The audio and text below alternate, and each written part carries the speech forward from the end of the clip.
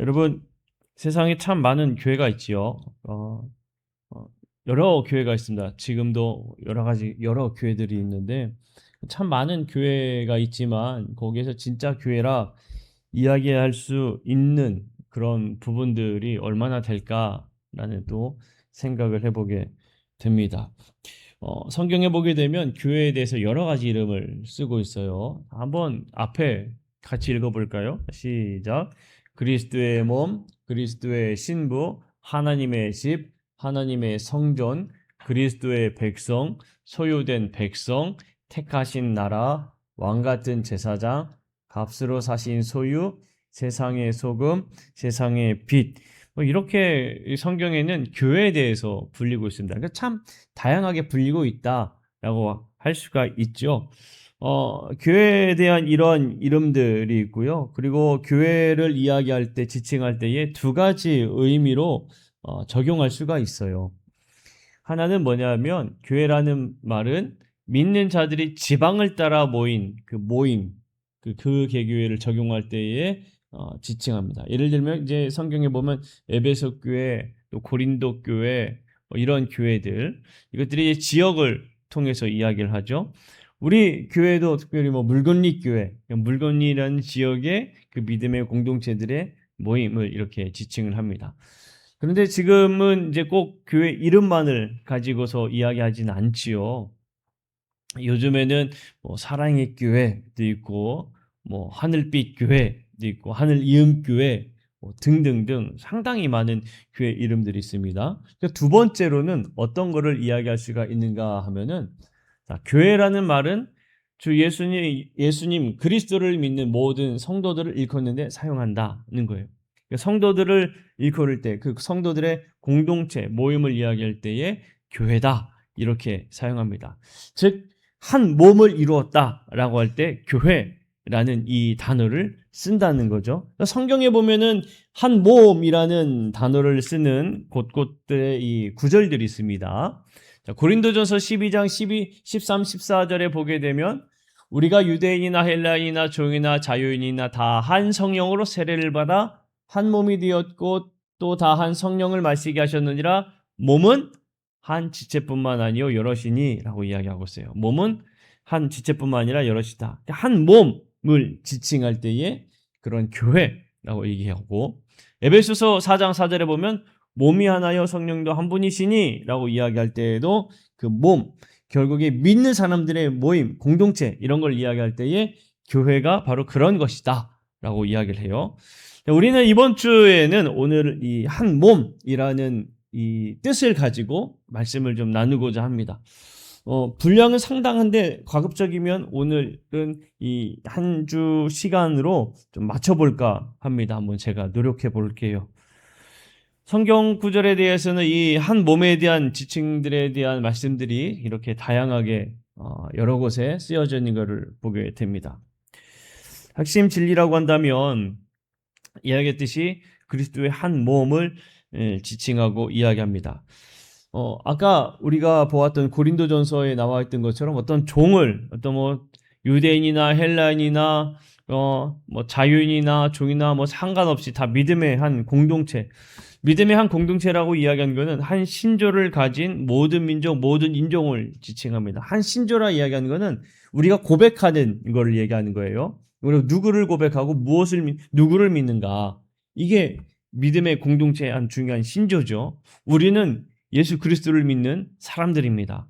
그렇죠? 우린 예수 그리스도를 믿는 사람들이에요. 그러니까 예수 그리스도를 믿는 사람들의 한 몸, 한 공동체로서의 교회된 모습을 이야기하고 있는 거예요. 핵심은 바로 그겁니다.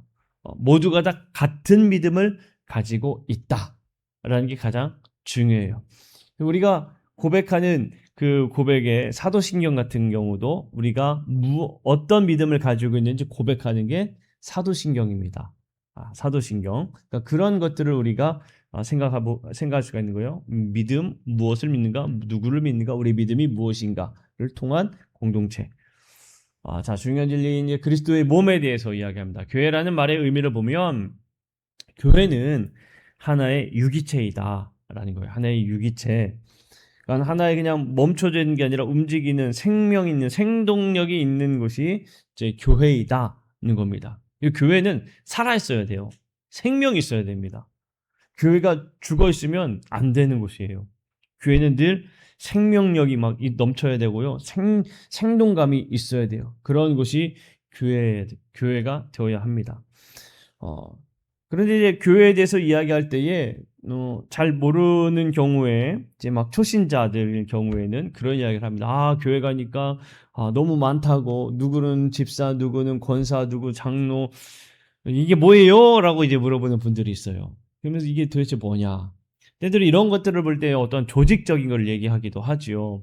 뭐 예배부다, 문화부다, 관리부다, 재무부다, 재정부다 이런 부서를 또 이야기하기도 해요. 물론 이런 교회와 구조와 행정에 대해서 하나의 언급을 이야기도 하지만 무엇보다 중요한 거는 교회는 그 행정적인 것보다도 다 먼저 기억해야 될 것은 살아있는 곳이다.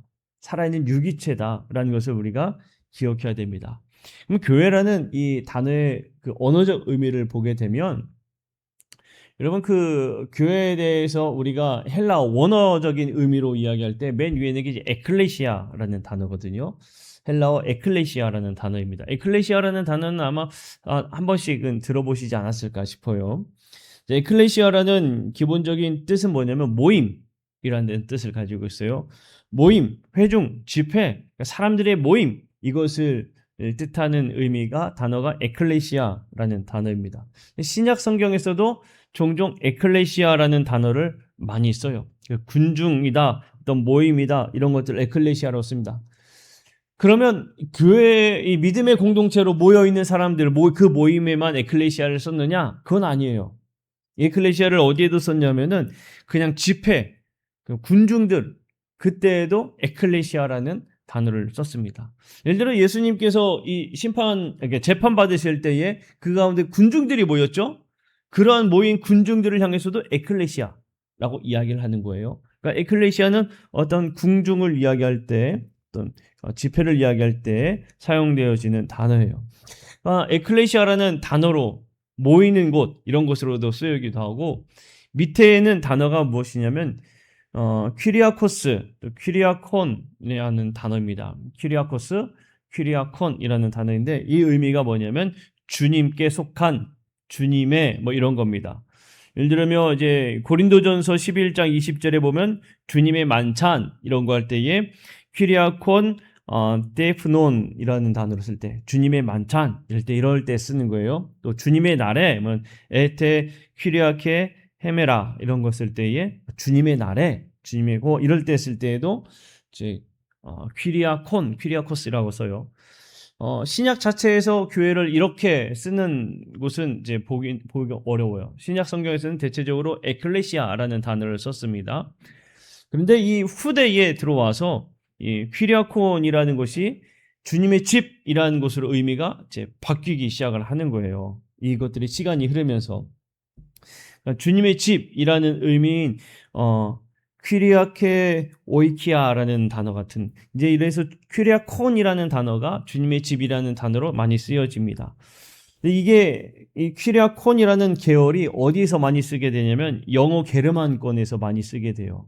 영어 게르만권에서 많이 쓰게 되고 이 단어를 비롯해서 어떤 단어로 변형되는가 하면 우리가 영어로 쓸 때 처치라는 CHRCH라는 이 단어로 변형이 되는 겁니다. 그러니까 영어권에서 에클레시아를 쓰기보다는 퀴리아콘이라는 단어로 쓰여지면서 많이 바뀌었어요.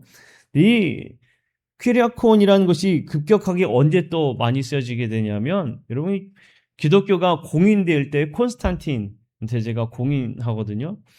교회가 기독교가 이제 공인된 종교로 딱 공인이 됐잖아요. 그러면서부터 뭐가 급격하게 증가됐을까요? 교회 건물이 급격하게 증가가 되는 거예요. 교회 건물. 그러니까 교회 건물들이 생기면서 이 퀴리아콘이라는 단어들이 많이 쓰여지게 되는 거죠. 그러면서부터 이 처치로까지 이어지게 되는 거예요. 그래서 이것이 나중에 결국 이렇게 볼 수 있습니다. 공동체.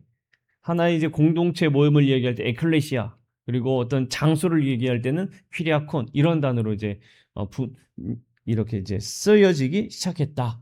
라고 볼 수가 있는 거예요. 그러면 본질은 뭐냐는 거죠. 교회의 본질은 불러내심을 받은 자들의 모임이다는 거예요. 먼저 부름을 받은 자들의 모임이에요. 교회는 부름받은 자들의 모임입니다. 이게 정말 중요한 겁니다. 누구의 부름을 받았어요?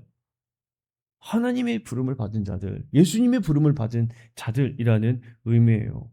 이게 참 중요합니다. 이번 사도행전 7장 38절에 보면 이런 단어, 이런 말씀이 있어요. 자, 읽어볼까요? 시작. 아이고. 자, 시작. 시내 산에서 말하던 그 천사와 우리 조상들과 함께 광야 교회에 있었고 또 살아있는 말씀을 받아 우리에게 주던 자가 이 사람이라. 예, 아멘. 사도행전에서 이런 말씀이 있어요. 광야 교회에 있었고 이렇게 되어 있잖아요. 이걸 세 번역으로 보면요. 이렇게 번역이 되어 있어요. 어떻게 되어 있어요? 이스라엘 백성이 광야에서 회중으로 모여 있을 때, 그러니까 교회가 뭐로 번역되는가 하면 회중으로 번역되는 걸 볼 수가 있어요. 그러니까 하나님의 부름을 받은 사람들의 모임, 그게 교회의 근본적 이 본질의 의미입니다. 부름을 받은 자들의 모임, 회중, 이게 참 중요해요.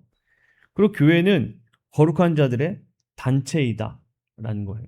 거룩한 기관이다라고 얘기할 수가 있습니다.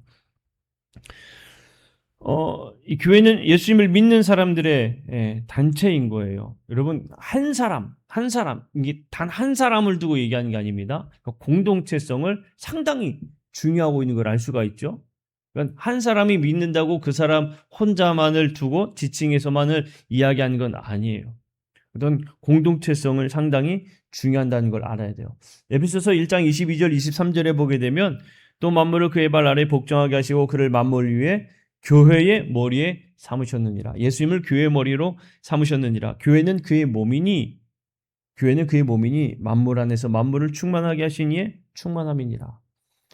교회의 가장 머리는 예수 그리스도. 이게 가장 중요한 교회의 본질이라는 겁니다. 이게 참 중요해요. 이게 잘못되어서 예전 기독교가 타락했죠. 기독교가 타락하지 않았습니까? 이번 연수 간 가운데에 교회에 대해서 이제 어느 목사님이 말씀을 가르치는 이야기를 하시는데 그림 한 장을 보여줬습니다. 근데 그림 한 장에 보면 예전 이 종교개혁이 일어났을 때 그림인데 옛날에는 이 저울이 이렇게 추로 돼 있었잖아요. 추로 돼 있었죠.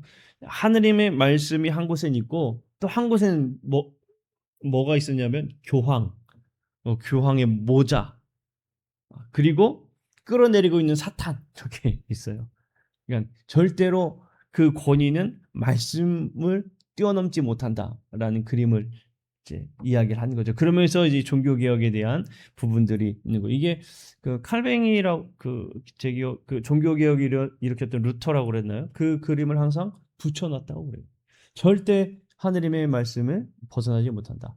그러니까 항상 교회는 머리는 하나님이 예수 그리스도가 되어야 한다라는 것을 말해줘요. 그러면 그 외적인 형태는 언제부터 시작했냐라고 얘기할 때에 오순절에서 그 외형적인 형태를 갖추기 시작했다라고 볼 수 있습니다. 왜 오순절이라고 이야기하냐면 에베소서 3장 9절에서 10절 말씀에 보면 이런 말씀이 있습니다. 함께 읽어볼게요. 시작. 영원부터 만물을 창조하신 하느님 속에 감춰졌던 비밀의 경륜이 어떠한 것을 드러내게 하려 하심이라. 이는 이제 교회로 말미암아 하늘에 있는 통치자들과 권세들에게 하느님의 각종 지혜를 알게 하려 하심이니. 아멘. 하느님의 각종 지혜를 언제부터 제대로 알기 시작했느냐? 오순절 사건 이후부터. 성령의 은혜를 받으면서 이게 하느님의 참된 뜻이었구나라는 것을 알기 시작한 거예요. 그러면서 그 하느님의 의미를 알면서 교회라는 외형적인 이러한 그 형태를 갖추기 시작했다는 거예요. 그럼 교회의 가장 기초는 뭐가 되겠습니까? 참 중요한 거죠. 교회 기초는 예수 그리스도예요. 교회 기초는 예수 그리스도입니다. 이거를 뛰어넘을 수도 없고요. 이것을 배제할 수도 없는 거예요. 항상 교회 기초는 예수 그리스도가 되어야 합니다. 그리고 좀 넘어갈게요. 예수 그리스도는 반석이시라는 부분이에요. 예수 그리스도는 반석이신데 어, 고린도전서 3장 9절 10절에 보면 터는 곧 예수 그리스도라라는 이야기도 있는데 이거는 넘어가고요. 자, 여러분 이거를 읽어봅시다. 이렇게 읽어볼게요. 마태복음 16장 18절 말씀인데 다 아는 말씀일 거예요. 시작. 또 내가 네게 이르노니 너는 베드로라. 내가 이 반석 위에 내 교회를 세우리니 음부의 권세가 이기지 못하리라. 아멘. 자, 여기 예수님이 베드로에게 하신 말씀이에요. 그죠? 네, 베드로라는 여러분 단어의 뜻이 뭐예요? 반석으로 알고 있죠? 그러면 내가 이 반석 위에라고 되어 있어요. 여기서 반석, 베드로를 의미할까요? 그 아니에요. 원어를 보면 이 베드로는 그 반석이라고 얘기했는데 베드로라는 이름은 헬라어로 페트로스입니다. 페트로스. 이게 반석이 아니라 작은 바위예요. 그리고 이 반석 내가 이 반석 위에 내 교회를 세우리니라고 했을 때 이 반석이라고 번역되어 있는 건 페트라라는 단어로 큰 바위예요. 큰 바위. 그러니까 이거를 직역하면 제가 안 넣어놨나? 안 넣은 것 같습니다. 이렇게 이야기할 수 있어요. 잘 들어보세요. 너는 작은 바위라. 그러나 내가 이 큰 바위 위에 내 교회를 세우겠다. 이게 직역하면은 이런 의미입니다. 그러니까 이 베드로 위에 교회를 세우겠다라는 의미가 아니에요. 그게 아닙니다. 그러면 이 베드로가 고백할 때에 그 베드로가 어떤 고백을 했는지 볼까요? 베드로의 증거를 해서 베드로의 고백을 한번 볼게요. 자, 함께 읽어보겠습니다. 시작. 너희가 주의 인자하심을 맛보았으면 그리하라. 사람에게는 버림바가 되었으나 하나님께는 택하심을 입은 보배로운 산 돌이신 예수께 나아가. 아멘. 자, 여기에서 돌은 뭘까요? 페트라가 아닙니다. 페트라가 아니고요. 여기서 돌이라고 쓰여진 것은 뭐냐면 리손이라는 단어로 쓰였어요. 원어로 보게 되면. 근데 이 리손이라는 단어 뭐냐면 건축물에 사용되어지는 돌 석재입니다. 주춧돌 뭐 이런 거 쓸 때 쓰는 건축물에 쓰여지는 돌, 그 돌을 의미해요. 건축물에 쓰여지는 돌이다라고 해요. 자, 그러면 2장 5절 읽어볼게요. 자, 시작. 너희도 산돌같이 신령한 집으로 세워지고. 여기서 너희도 산돌같이라고 되어 있는데 아까 전에 여기에서 산돌이신 예수님이라고 했잖아요. 2장의 4절에서는 예수님을 산돌, 하나의 그 돌 석재 한 부분으로서 이야기를 했는데 이 번역된 걸로는 너희도 산돌같이라고 이야기해서 그럼 예수님하고 똑같은 돌이냐? 아니에요. 이거를 원래 의미로 보면 밑에 빨간 글씨 있죠? 한번 읽어보겠습니다. 시작. 너희도 살아있는 돌들로서 신령한 집으로 세워지고. 아멘. 자, 이 돌들이라는 건 이 원어로 보게 되면 복수로 쓰여졌습니다. 그러니까 예수님은 하나의 큰 반석이라면 우리는 하나의 작은 돌들 같은 거예요. 베드로도 작은 바위였죠. 페트로스. 그런 베드로처럼 작은 돌들로서 하나하나 교회가 세워지는 겁니다. 그 기초에는 누가 있는 거예요? 예수님이 계신 거예요. 예수님이. 그러니까 우리는 예수님을 기반으로 하는 하나의 작은 돌들입니다. 그래서 예수님 기반으로 하나하나 세워져 가는 거예요. 이거를 하나의 몸으로서 성경에서는 이야기하고 있는 겁니다. 그래서 유기체 쪽 이 몸을 이야기하고 있는 거예요. 교회는 그리스도의 한 몸을 이야기하는 거예요. 가장 기본인 예수 그리스도 위에 하나하나 쌓여져 가는 것으로 그 한 몸을 이야기하고 있는 겁니다. 고린도전서 12장 12절 말씀이에요. 우리가 다 아는 말씀이지만 함께 읽어볼게요. 시작. 몸은 하나인데 많은 지체가 있고 몸의 지체가 많으나 한 몸인과 같이 그리스도도 그러하니라. 아멘. 여러분, 그러면 우리가 그리스도 안에서 위에 하나하나 세워져 가면 딱 하나 떨어져서 그 한 돌 가지고 교회라고 이야기할 수 있는 것이 아니다라고 우리가 볼 수가 있는 거죠. 교회는 분명히 공동체를 형성하고 있습니다. 이번에 또 연수회에서 이야기할 때에 그런 이야기를 하세요. 그 구약적 교회를 이야기하면 모이는 데 집중한 교회라고 이야기를 합니다. 모이는 데 집중한 교회. 그러면 신약에서 이야기하는 이 교회에 대한 의미를 어떻게 강조하고 있느냐? 나가는 교회, 퍼지는 교회 이렇게 이야기해요. 그러면 이 나가는 교회가 되기 위해서는 어떻게 해야 되는 전제가 있느냐? 잘 모여야 되는 거예요. 잘 모여서 말씀 안에 굳건히 된 이 작은 교회들이 나간다. 이렇게 볼 수가 있다는 거죠. 그러니까 우리가 교회라고 이야기할 때에 가장 먼저 기본이 하나의 공동체를 절대 잊어서는 안 되는 겁니다. 그러니까 신앙생활에 있어서 이 공동체가 왜 중요하느냐? 이미 교회에 대해서 이야기할 때 예수님께서도 그 교회는 너 혼자 딱 두고 교회다라고 말씀하는 게 아니라 성경에서는 이미 그 공동체성에 대해서 분명히 말씀하고 있는 거예요. 그러니까 한 사람 한 사람이 모두가 다 그리고 소중한 존재임을 분명히 말해주고 있는 겁니다. 고린도전서 12장 13절 아까 전에 읽어보았듯이 우리가 유대인이나 헬라인이나 종이나 자유인이나 다 한 성령으로 세례를 받아라는 이 말씀 속에 나와 있듯이 교회를 이야기할 때 다양한 사람들이 존재할 수밖에 없다라는 것을 분명히 우리에게 말해주고 있는 거예요. 고린도서 12장 18절 그리고 27절 한번 읽어보면 18절 먼저 읽어볼까요? 시작. 그러나 이제 하나님이 그 원하시는 대로 지체를 각각 몸에 두셨으니 27절 시작. 너희는 그리스도의 몸이요 지체의 각 부분이라. 아멘. 그러니까 하나님께서 뭐예요? 18절에 보면 하나님이 그 원하신 대로 지체를 각각 몸에 두셨다라고 말씀하고 있잖아요. 그러니까 모두 다 어떤 존재예요? 하나님이 세운 하나의 그 건축과 같다는 겁니다. 다 필요한 곳에 하나님께서 그곳에 분명히 하나님이 세우시고 보내신 거예요. 그러니까 그 누구 하나 소중하지 않은 존재가 없다라는 거 분명 우리가 알아야 돼요. 네. 늘 한 사람 한 사람의 그 영혼에 대해 여러분 우리 모두가 다 귀하게 여겨야 됩니다. 그리고 그 영혼에 대해서 모두가 다 품을 수 있어야 합니다. 그리고 각 지체의 부분임을 우리가 안다면 공동체라는 우리가 그 안에서 그 한 사람 한 사람의 그 아픔이나 이런 것들을 또 함께 공감할 수 있어야 됩니다. 그게 공동체인 거예요. 주 안에서 함께 품는 것 이게 공동체입니다.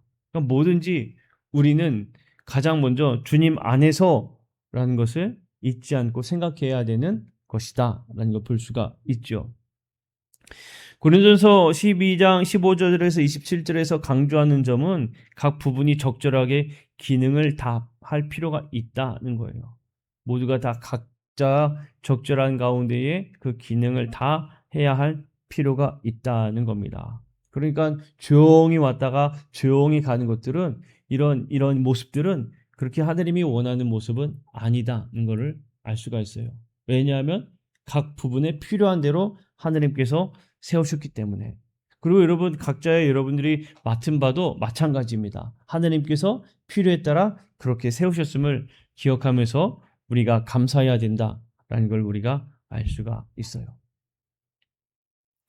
하나님의 섭리 가운데서 주님은 그 교회의 완성을 하셨다라는 겁니다.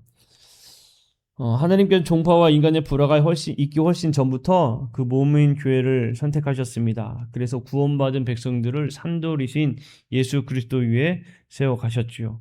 예수님 그리고 그리스도는 교회의 권위임을 우리가 알아야 됩니다. 예수 그리스도가 교회의 권위라는 거예요. 교회의 가장 머리는 예수 그리스도임을 잊지 말아야 된다는 것을 말해주고 있는 거죠. 골로새서 1장 17절 18절 말씀이 바로 그겁니다. 함께 읽어보겠습니다. 시작. 또한 그가 만물보다 먼저 계시고 만물이 그 안에 함께 섰느니라. 그는 몸인 교회의 머리시라. 그가 근본이시요 죽은 자들 가운데서 먼저 나신 이시니 이는 친히 만물의 으뜸이 되려 하심이요. 아멘. 그래서 예수님은 교회의 기초가 되신다는 사실을 우리가 기억한다면 교회에서 하는 모든 것들이 누구 안에 있어야 되냐면 예수 그리스도 안에서 이루어져야 한다는 것을 우리가 알 수가 있죠. 예수 그리스도 안에 이루어지지 않는다면 주님이 기뻐할 일이 아니라면 여러분 그거는 교회로서의 모습이 아니라고 이야기할 수가 있어요. 그런 이야기를 하시더라고요. 어, 막 이분이 이제 부산에서 목회하시는 분이신데 적응이 안 된대요. 무슨 적응이 안 되냐면 분명히 회의를 하면은 다 웃으면서 이야기를 한다고 그런대요. 자기네들은 싸우는 게 아니라고 그러는데 그 목사님은 싸우는 것 같대요, 꼭. 근데 싸우는 게 아니라고 그러는데요. 그게 적응이 안 된대요. 그런데 어떤 이야기를 하냐면 서로 막 이야기가 나오다가 이게 뭔가 다투는 형상이 되어지면 그러면 그거는 그만둡시다라고 이야기를 한대요. 왜냐하면 그 안에서 다툼이 일어나면 하나님이 기뻐할 일은 아니지 않느냐는 거죠. 그렇죠. 하나님이 기뻐할 일은 아니지 않느냐.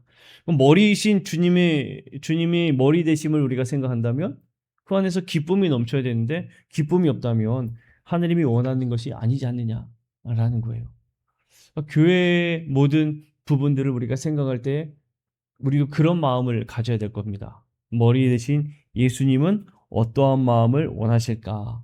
예수님은 어떠한 모습을 원하실까? 우리는 늘 그런 것들을 생각해 보면 그런 것들을 생각하는 한 사람 한 사람이 막 열심히 활동하잖아요. 그러니까 살아있는 유기체다라고 말할 수가 있는 거죠. 어, 교회는 그러한 예수 그리스도의 이 모퉁이 돌이신 예수 그리스도 위에 세워진 부분임을 분명히 기억해야 됩니다.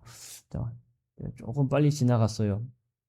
말씀을 조금 정리할게요. 결국에 같은 말들입니다. 결국 한 몸에 대해서 이야기하는 것은 그 몸은 무엇을 기본으로 해서 근간으로 해요 이루어졌느냐라는 걸 이야기합니다.